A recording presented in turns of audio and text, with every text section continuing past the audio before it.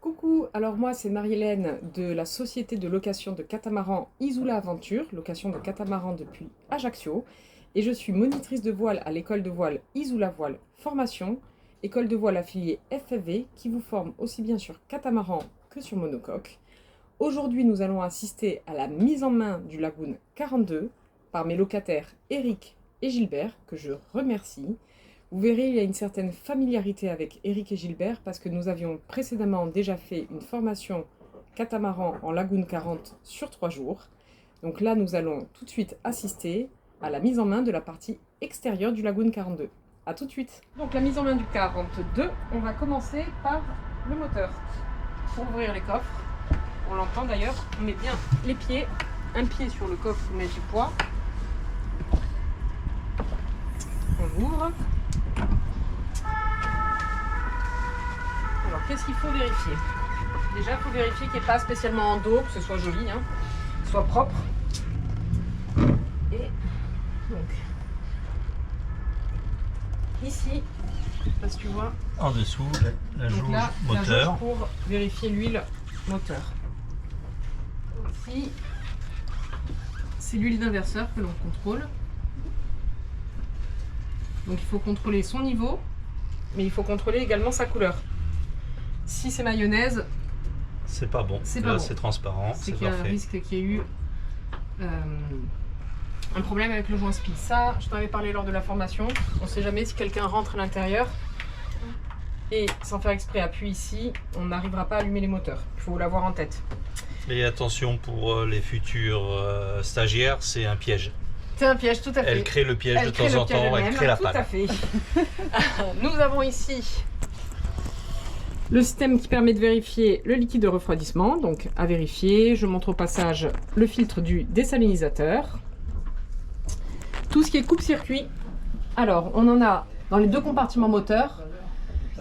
Et dans le compartiment moteur bâbord, on a également un système de couplage. Alors le système de couplage, on va espérer que tu n'en auras pas besoin. Non, c'est si j'ai une batterie qui est défectueuse C'est ça. ou pas en pleine forme, je branche le couplage. Une ce qui batterie fait- moteur. Hein. Une batterie Si c'est moteur, une batterie bien moteur, entendu. ça permet de Et ça la permet de recharger, démarrer enfin, les de deux moteurs. redémarrer. Alors les cas de figure où on a besoin du couplage, malheureusement souvent c'est un défaut d'utilisation. C'est typiquement si on a mal éteint un des deux moteurs. D'accord. C'est là qu'on risque de décharger en fait la batterie moteur. Donc ça, ça fait partie des points de vigilance. Vraiment bien penser à éteindre les moteurs comme il se doit. Ça, c'est très important. Je montre quand même le désalinisateur. On fera un point après dessus. Donc c'est ici qu'on l'enclenche. Et donc c'est ce système-là, le désalinisateur. L'arrivée d'eau de mer, elle se situe ici. Mais normalement, on n'y touche pas. Bon, je te laisse, parce que je pas assez de force.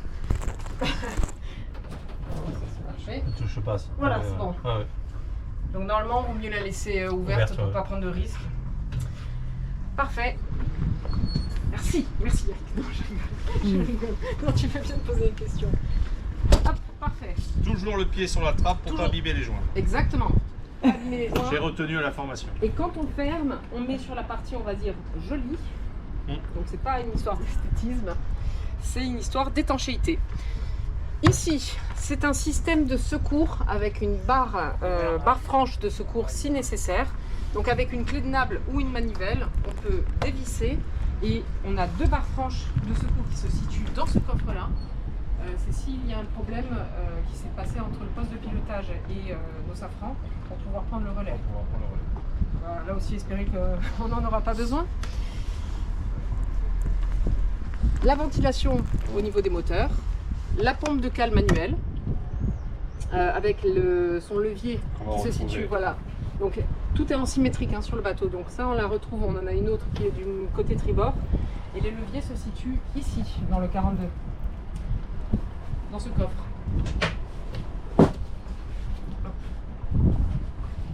Donc ici, nous avons le tuyau d'arrosage, nous avons pas le même masque tubar. Il y a également aussi un réservoir d'essence pour le moteur de l'annexe. De quoi gonfler l'annexe si nécessaire. Et donc nos barres franches de secours dont je parlais tout à l'heure. Si on a mal éteint les moteurs, normalement on entend une ventilation qui persiste. Mais il faut faire attention, on n'entend pas forcément. Il faut être quand même à côté pour l'entendre. Il faut avoir l'habitude. Allez, on continue le tour du bateau. Ici, nous avons le radeau de survie qui est fait pour 12 personnes et qui a été contrôlé. Donc on est aux normes. Et nous avons la nable pour remplir le gasoil. Nous avons 2 nables, donc 2 compartiments gasoil, 2 fois 280 litres. C'est important de remplir les 2 et de bien checker qu'on a bien rempli au niveau du... On va regarder tout là, on va faire le gasoil, voilà, qu'on a bien rempli au niveau du tableau de bord. La prise de 120, il faut bien penser à débrancher quand on quitte le port. Les systèmes de filière avec des rideaux pélicans, il est indispensable de les fermer en navigation. Alors au port, bien sûr, en général on laisse ouvert pour pouvoir faire les manœuvres, mais il y en a 2, il faut bien les fermer, c'est vraiment de la sécurité. Il y a quand même des escaliers, même si un catamaran c'est très stable, on ne sait jamais. Alors ça c'est plutôt, ça concerne plutôt les formations winch du Genaker. En général on n'a pas lors de location. Un au bord. Une poulie de renvoi pour l'enrouleur de phoque. Donc ça on avait vu sur le 40 comment on s'en servait. C'est assez facile. Alors ce que tu saches là sur le 42, contrairement au 40, tu peux mettre sur ce winch là, sur le winch du Genaker. On n'est pas obligé d'aller sur t'es pas obligé d'aller. Après avoir ce Non, mais je l'aurais fait sur celui-là. De toute façon là naturellement il est juste à côté. Ouais, donc, mais sur le 40 vraiment vaut mieux le mettre au poste de pilotage. Sur le 40 il est en route. Il est vraiment à l'arrière. Là il est en face. Exactement. Donc on tire dessus, on débloque. On pince, on tire ici, on bloque. Le poste de pilotage.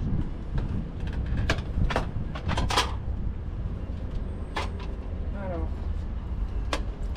je vais allumer l'électronique. Alors, pour allumer, donc les moteurs. Point mort.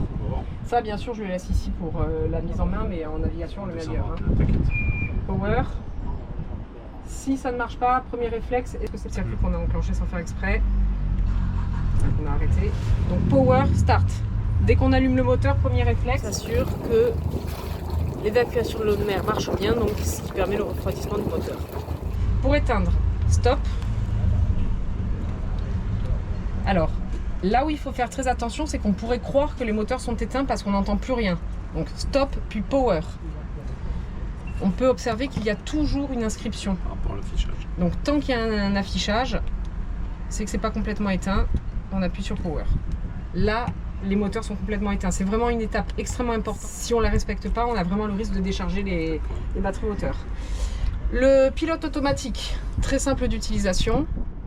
Donc si on met sur auto A, ça veut dire qu'il se met en automatique par rapport au cap que l'on avait. En mettant plus 10 tribord, je vais plus changer 10 bâbord. 10 degrés à chaque fois, à bâbord ou à tribord. Ou de 1 degré. Ou de 1 degré. C'est ça. Les modes, je vais choisir en vent. Donc c'est un régulateur d'allure. Ouais. Et stand-by, on retourne en stand-by. Donc notre cartographie qui est assez intuitive, on voit là les bateaux avec l'AIS.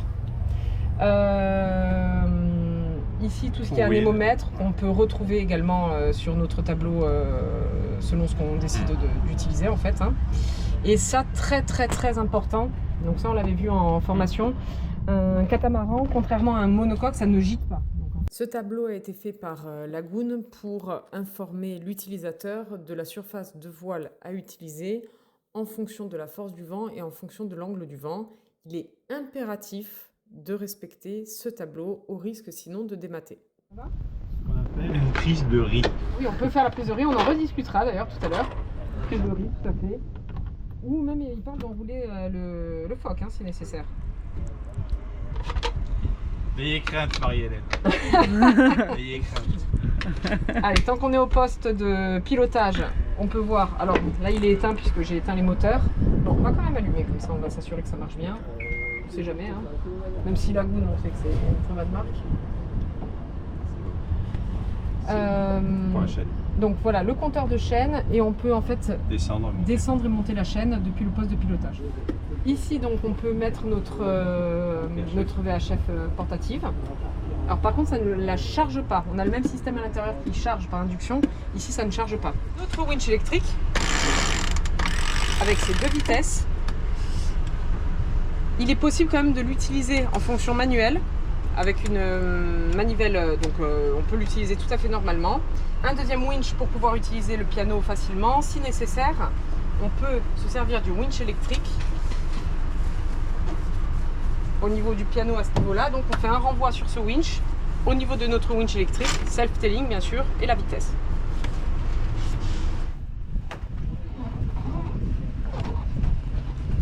Alors notre lazy bag qui est très facile d'utilisation, donc il a des clips, il suffit de défaire, des petits poids qui permettent de jeter la lanière de l'autre côté. En navigation, c'est important quand même de les attacher les lanières. Sur le risque, surtout dans des allures de portant, c'est que la lanière je ne sais pas si c'est visible là à la caméra, le risque c'est que la lanière se mette au niveau de la poulie. Et ensuite, si on borde, le risque c'est qu'en fait ça se prenne dans la poulie. Donc en navigation, bien les attacher. Alors vous trouvez le système que vous voulez. Eric m'a suggéré un système qui est très intéressant. C'est tout simplement de défaire un petit peu la lanière pour la reclipser de l'autre côté. Voilà, bon là je vais pas le faire, mais ça prend franchement 2 minutes. Et c'est 2 minutes qui peuvent éviter quand même des petits tracas, on va dire. Nos panneaux solaires, donc il y a 950 watts de panneaux solaires. Là on a notre écoute de grand voile et là nous avons notre chariot. Donc le chariot de grand voile qui est extrêmement important sur un catamaran puisque sur les lagunes nous n'avons pas de halba. Comme vous pouvez observer, il y a un système de renvoi assez important pour démultiplier la force. Quand on utilise le système de chariot de grand voile, il est déjà très important de réfléchir à ce qu'on fait avant et d'utiliser toujours le winch. Ça c'est vraiment très important parce que les forces sont vraiment très importantes. Quand on choque le chariot par exemple bâbord, il faut récupérer le chariot tribord, il faut récupérer le mou. Il ne faut pas le faire à la fin, il faut le faire au fur et à mesure. Il y a tellement de petites poulies, les bouts sont tellement longs que ça peut facilement sinon se bloquer. Donc en prenant juste ces petites habitudes qui ne prennent pas plus de temps, on récupère le mou au fur et à mesure, tout devrait bien se passer. Il en est de même pour les riz. Sur le Lagoon 40 et sur le Lagoon 42, donc le Sonyudi Isula et le Medzumar, nous avons des riz automatiques. Les riz automatiques, ils sont extrêmement longs. Donc c'est une sécurité, c'est très facile à prendre. La seule condition pour que tout se passe bien, c'est récupérer le mou des autres riz au fur et à mesure. C'est la seule chose. Pareil, ça prend pas plus de temps et on est sûr que ça se passe très bien. Il est extrêmement facile d'utilisation aussi parce qu'il y a un coq autovireur. Alors, inconvénient, la voile est un peu plus petite. Inconvénient, le chariot est un peu court. Mais maintenant, on avait vu ensemble lors de la formation, avec un système de short sheet, on arrive à compenser ce problème et de manière très facile. Chariot, très important. Pour le régler, il faut vraiment s'arrêter. Donc, au niveau des trous, s'assurer que ce soit bien bloqué. On ne le laisse pas embuter. Là, ce n'est pas comme ça qu'il faut qu'il soit. Donc, il faut vraiment qu'il soit au niveau, en regard du trou. Voilà, là, on est OK. Donc, il n'y a qu'une écoute pour l'utiliser, d'où sa simplicité d'utilisation. Encore une fois, c'est un bateau. Alors, le Genaker, ça part, mais tout le reste, on peut gérer ça tout seul. Moi, j'arrive à gérer ce bateau toute seule, même par gros temps. Donc voilà, c'est extrêmement facile d'utilisation. Attention quand on fait des empannages ou des virements de bord, mais surtout des empannages, ça on l'avait vu en formation. Oui. S'il y a beaucoup de vent, il faut vraiment faire une utilisation correcte du chariot, sinon le risque c'est de tout casser en fait. Donc ça c'est vraiment important de l'utiliser comme il se doit, de bien marquer le vent arrière en empannage pour éviter que le chariot ne passe trop brutalement. Au niveau du mât, donc on a des petits systèmes qui nous permettent de pouvoir grimper au mât si nécessaire pour bien affaler la GB. Ne pas hésiter à utiliser la gaffe quand même pour faire descendre la voile. Alors bien sûr sur les coulisseaux ou en tirant sur la drisse, pas en tirant sur la voile. Alors le guindeau, donc l'ancre, par précaution sur la patte doigt, c'est bien d'utiliser la patte doigt pour garder notre ancre attachée lors des navigations. On ne sait jamais, on a un guindeau électrique, l'électricité ça peut être défaillant et si le guindeau s'active en mer, le risque c'est qu'on se retrouve avec tout le mouillage en navigation dans l'eau, ce qui est extrêmement risqué pour le relever, surtout si le guindeau en fait est défaillant. Donc par précaution, pareil, ça prend 2 minutes chrono à faire, mais c'est extrêmement important. On attache notre patte doigt à l'ancre et on fait en sorte bien sûr que ce soit relativement tendu. Ça, c'est vraiment de la sécurité. Les sièges à dauphins pour observer les dauphins corses. J'espère qu'on va en croiser. Ouais, j'espère, ouais. On l'a croisé pendant la formation, deux on l'a fois. croisé 2 fois. 2 fois la même journée, c'était incroyable. Ici, donc c'est une pointe avant. On a 2 pointes avant sur le 42 qui sont aménagées. Actuellement, elles servent de rangement. Je ne vais pas forcément montrer, mais il y a un petit système de table en tech, de table en tech à mettre à l'avant avec des coussins pour pouvoir encore mieux profiter du filet et faire des apéros au coucher du soleil assez sympathique. D'ailleurs, j'ai vu que nous, tu nous avais pas proposé l'apéro. C'est vrai. Et que là, la dernière fois, toi, tu l'as fait. Eh ouais, mais c'était formation intense la dernière fois. Ouais. Et puis on n'avait pas d'alcool à bord. Exact. Voilà, donc sur le 42, nous avons donc des coussins à ce niveau-là. Si on veut accéder au coffre, il est éclipsé.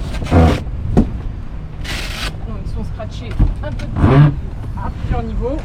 Pour ouvrir, on met le pied, on met du poids.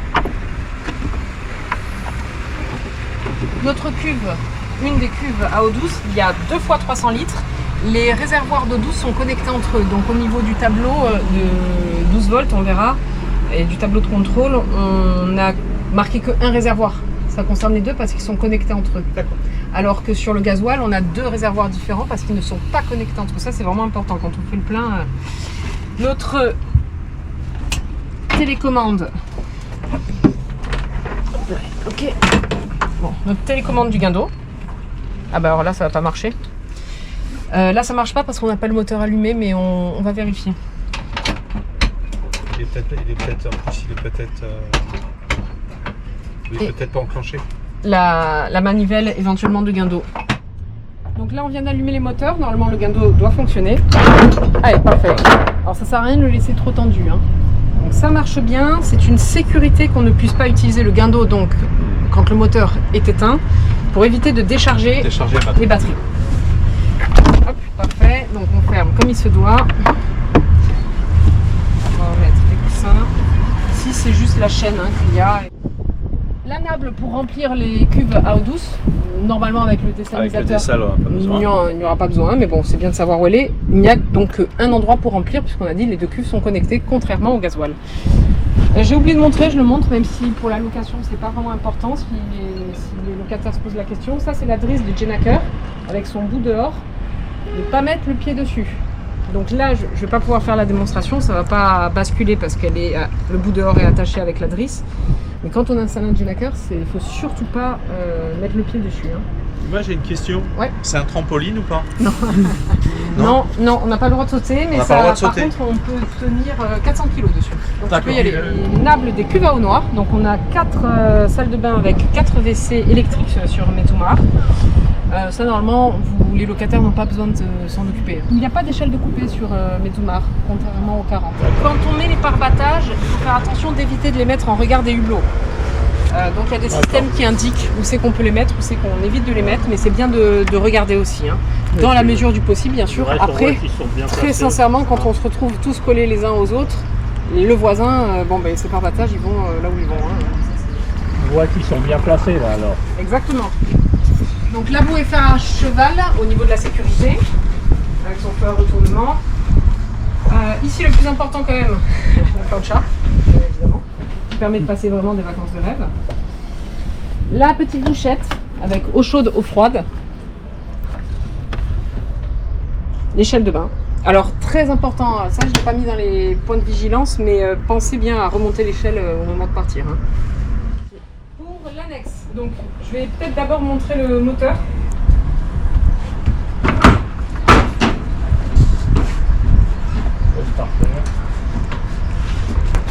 Alors le moteur. Hop. Point mort. On s'assure que ce soit bien en position arrivée d'essence moteur et non nourrice, ce qui est le cas. On ouvre la prise d'air.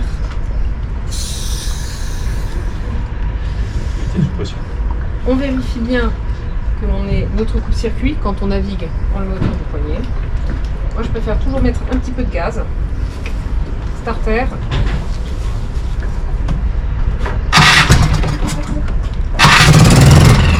Et on coupe le starter. Alors,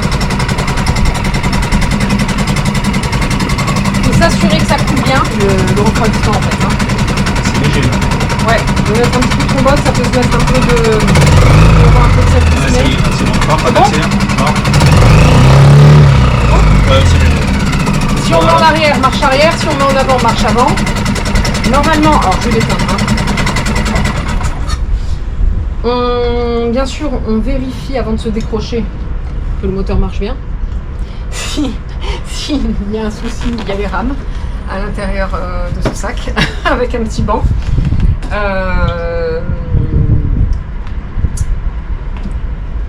Et quand on revient au bateau, il faut faire quand même attention. Ça, c'est aussi bien sur le 40 que sur le 42. Faut arriver gentiment et bien couper les gaz quand on arrive sur le bateau. Se laisser un peu dériver, hein, il va mieux.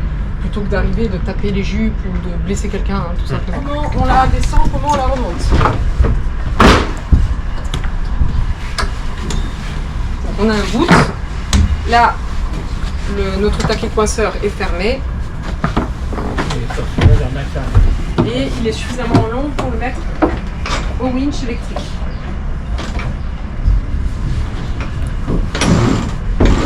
Quand on utilise les winches électriques, bien faire attention. Alors bon, toi Eric, ça devrait aller, mais aux cheveux.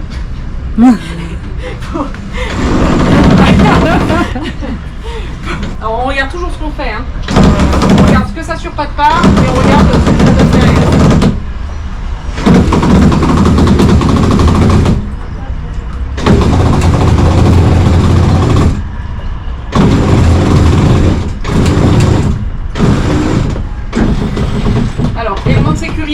Là, même si on sait qu'on avait fermé le taquet, on revérifie bien que le taquet soit fermé.